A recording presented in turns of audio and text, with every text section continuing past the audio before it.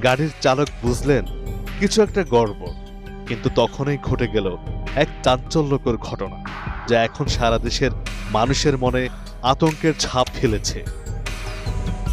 ড্যাশক্যামের video ফুটেজে দেখা যায় একটি সংঘবদ্ধ ডাকাত দল গাছপালা ফেলে সার্ভিস লেন পুরোপুরি বন্ধ করে রেখেছে। মুহূর্তে 4 জন, তারপর আরো 2 জন ডাকাত দেশীয় অস্ত্র হাতে বেরিয়ে আসে চারপাশের অন্ধকার থেকে। কারো হাতে রামদা, কারো হাতে লাঠি, কারো হাতে টর্চ লাইট। চোখে মুখে হিংস্রতা স্পষ্ট।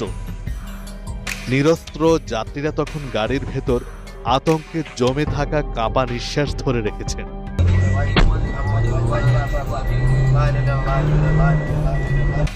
কিন্তু সেখানেই সাহসিকতার দৃষ্টান্ত স্থাপন করেন গাড়ির চালক। ঠিক সময়ে পরিস্থিতি বুঝে তিনি গাড়ির পেছনের দিকে সরিয়ে নেন।